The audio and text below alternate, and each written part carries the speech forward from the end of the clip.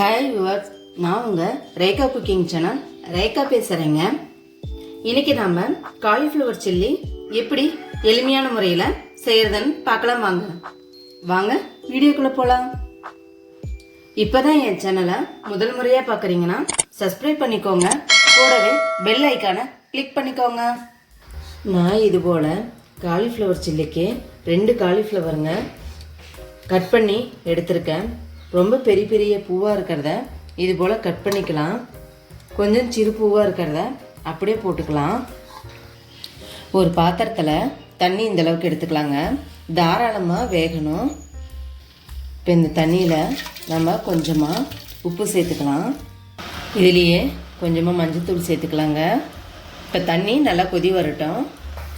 தண்ணி நல்லா கொதிச்சிருச்சுங்க. இப்போ நம்ம உப்பு செக் பண்ணிக்கலாம். கொஞ்சமாக பத்தலைங்க. உப்பு கொஞ்சம் உரைக்கிற மாதிரி இருக்கணும். இப்போ நம்ம இதில் காலிஃப்ளவர் போட்டுக்கலாம். அரை வேக்காடு வேக வச்சு எடுத்துக்கணுங்க. கொஞ்சம் தண்ணி தாராளமாக இருக்கணுங்க. இது போல் காலிஃப்ளவரை அரை வேக்காடு வெந்துருச்சுங்க. இதை நம்ம தண்ணியில் எடுத்துப்போம். கலரே நல்லா ஃபுல்லாக சேஞ்ச் ஆகிருக்கும், பார்த்தாலே உங்களுக்கு தெரியும்.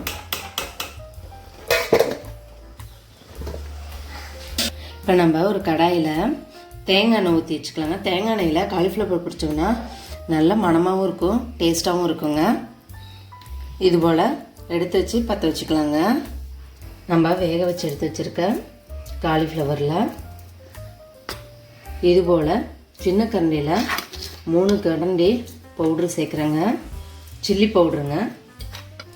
அதே கரண்டியில் 1 கரண்டி கார்ன்ஃப்ளவர் பவுட்ருங்க. இதை நல்லா நம்ம மிக்ஸ் பண்ணி விட்டுக்கலாம்.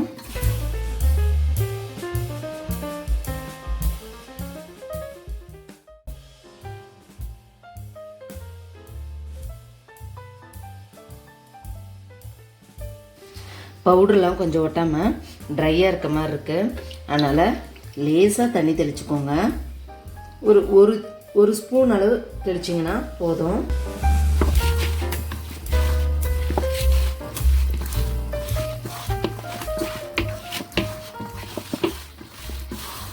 பாருங்கள், கீழே இருந்த பவுடர்லாம் நல்லா நம்ம காலிஃப்ளவரில் மிக்ஸ் ஆகிடுச்சு.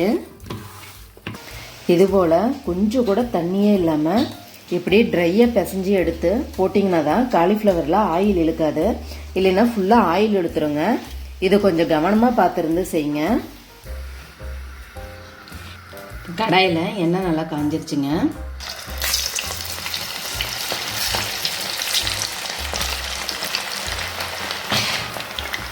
அடுப்பை மீடியம் ஃப்ளேமில் வச்சுக்கோங்க.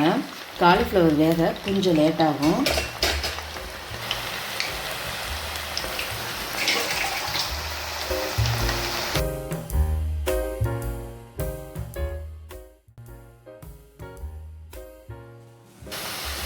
நல்லா கொதிலாம் அடங்கட்டுங்க.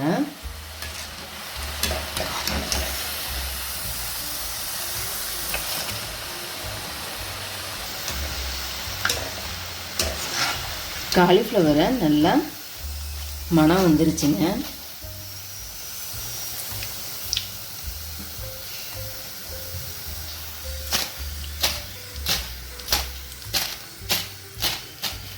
இப்போ நம்ம இதை எடுத்து இதில் சேர்த்துக்கலாம்.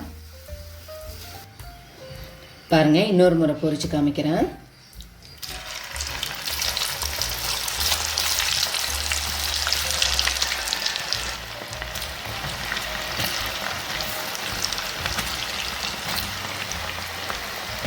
இது போல் எல்லா காலிஃப்ளவரையும் பொரிச்சு எடுத்துகிட்டு வந்துடலாங்க.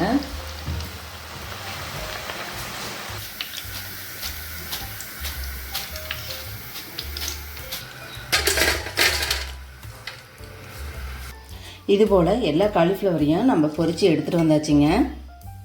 நீங்களும் இதை ட்ரை பண்ணி பாருங்கள்.